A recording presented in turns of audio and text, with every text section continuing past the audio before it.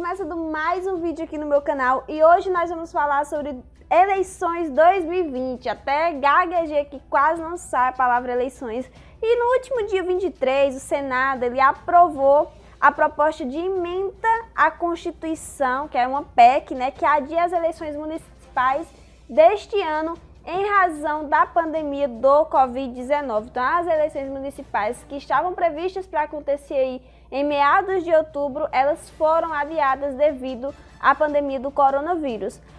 Então, a data ela ficou marcada, o que seria para o primeiro turno está marcado para 4 de outubro e o segundo para 25 de outubro. Só que no adiamento, a PEC aprova pelo Senado Federal o primeiro turno para 15 de novembro e o segundo turno para 29 de novembro desse mesmo ano. E aí, como é que tá a cabeça de vocês? Eu quero saber. O caminho está um turbilhão de ideias. Nós sabemos que os nossos pré-candidatos, sejam de eleições de cidades pequenas no interior ou eleições de cidades grandes, né, como a Grande São Paulo, ele já vem articulando sua campanha há muito tempo, né? Afinal, para se candidatar não é só assim, 2020 chegou, vamos candidatar e pronto. Não, você precisa ter toda uma articulação para isso acontecer. E como funciona a questão dos gastos, né? Como funciona o cronograma? Existem vários impactos nesse adiamento e entre os principais é que há um maior tempo, principalmente nesse momento de isolamento social, que você está tendo muito acesso a várias informações e a internet, né, o tempo todo, televisão e etc., você está tendo mais tempo de conhecer os seus pré-candidatos, que eu tenho certeza que você já sabe quem é na sua cidade. Mesmo que não foi divulgado oficialmente, você já tem uma base de quem vai se candidatar para prefeito, vereadores e etc. Então, o que eu quero questionar é o cronograma deles, como é que ficou, porque com certeza teve impacto, né? Tanto no investimento em capital financeiro, né? Estava articulado para uma data e agora foi adiado. Tiveram até pessoas pensando na probabilidade, né? Até eu vi pessoas pedindo que as eleições elas fossem adiadas junto com a eleição presidencial de 2022, só que eu deixo claro que isso é inconstitucional. É inconstitucional prorrogar um mandato, né? Então, é inviável, isso não pode acontecer. E aí tem muitas pessoas pedindo para que isso ocorra, mas isso, minha gente, é contra a Constituição Federal, a lei que rege o nosso país. Então isso é impossível de acontecer, prorrogar o mandato até 2022 e fazer uma nova eleição. Credo, né? A gente tem que dizer credo a várias prefeituras aí que não fazem o seu papel real do que deve ser um gestor. E aí imagina você ainda passar mais de 4 anos com essa pessoa no poder. Se bem que em muitos estados a população vota consecutivamente em candidatos que já foram eleitos, já fizeram simplesmente nada e ainda permanecem sendo reeleitos. E esse é o momento, né, das eleições de 2020 que a gente está tendo mais tempo de a gente consultar mais os nossos políticos, da gente entender melhor o que acontece nas nossas assembleias, da gente entender o que acontece em cada setor da nossa cidade, né? O que nossa gestão está fazendo. É um tempo que você tem a mais para pensar, né? É um tempo que você tem mais para digerir cada pré-candidato ou até mesmo o atual, caso queira se reeleger. Então, esse adiamento das eleições de 2020, óbvio, não era o que a gente queria que fosse um momento normal, porém é inviável acontecer ocorrendo uma crise sanitária muito grande, né? Onde até o interior dos nossos estados está bombardeado com o fator do coronavírus, onde as pessoas se aglomeram, é impossível ter comício. E aí vem para outra questão. Como que a gente vai democratizar a informação? Como que a gente vai democratizar o conhecimento do público? Porque tem pessoas, principalmente de zona rural, que não tem internet em casa, que só pode ouvir via rádio, via TV ou somente indo a um comício, né? Que é justamente aquele momento em que o candidato vai até a localidade, faz uma grande palestra, uma grande campanha. Como que vai acontecer essa cara a cara entre político e eleitor? Como que vai se dar? Porque obviamente, essas coisas têm que acontecer de forma remota, não pode ter presencial. Então, os políticos não podem ir até as casas, para isso acontecer. Na teoria, o político não pode ter atos que são praticáveis em período normal de eleição. ir até a casa, pegar na mão, botar o povo no braço, fazer a festa. Isso não vai poder acontecer. E aí? Como que o senhorzinho que tá lá no sítio, não tem internet, muitas vezes nem sinal de rádio, né? E nenhuma rede, nada tecnológica, como que ele vai saber? Né? Ou ele vai voltar só vendo o que tem na televisão? Se tiver televisão lá, né? Como eu já vi falar, tem muita gente que não tem rede de nada. Como? Então, assim, é um risco que nós corremos, né? Como que a política ela vai ser tocada, como que a política ela vai ter um valor significativo para a sociedade.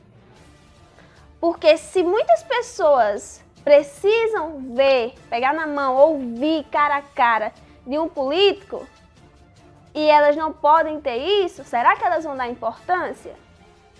Como que as propostas, o conhecimento de quem é aquele pré-candidato vai chegar até a nossa população, né?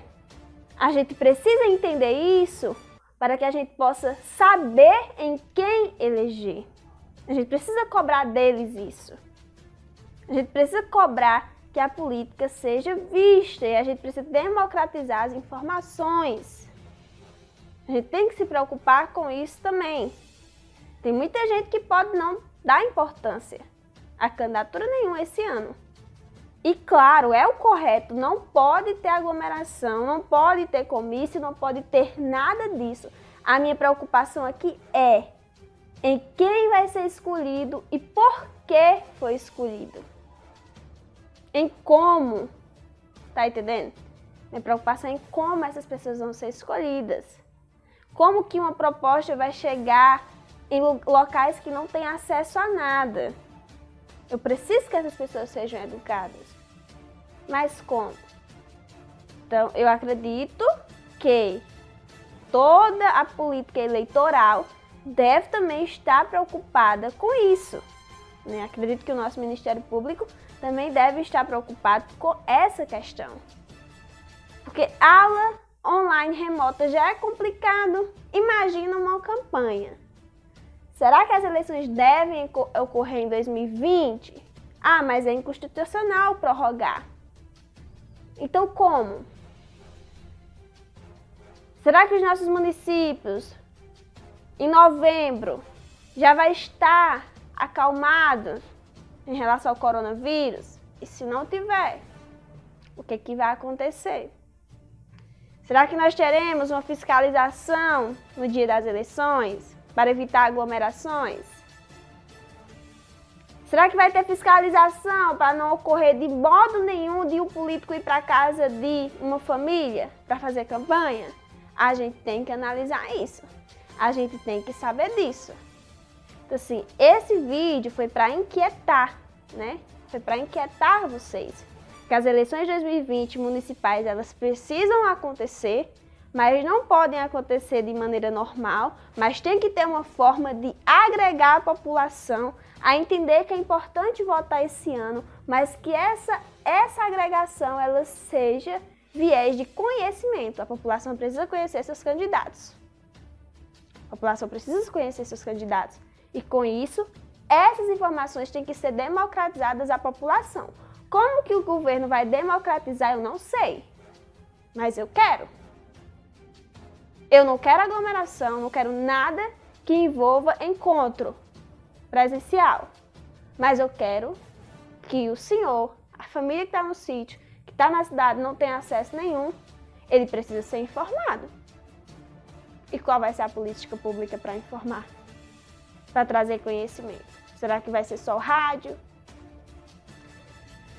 Não sabemos. Sei que é uma situação muito complicada mesmo. E eu também sou totalmente contra que, se é inconstitucional a prorrogação do mandato, ela deve permanecer inconstitucional. Então, eu sou contra que prorrogue o mandato.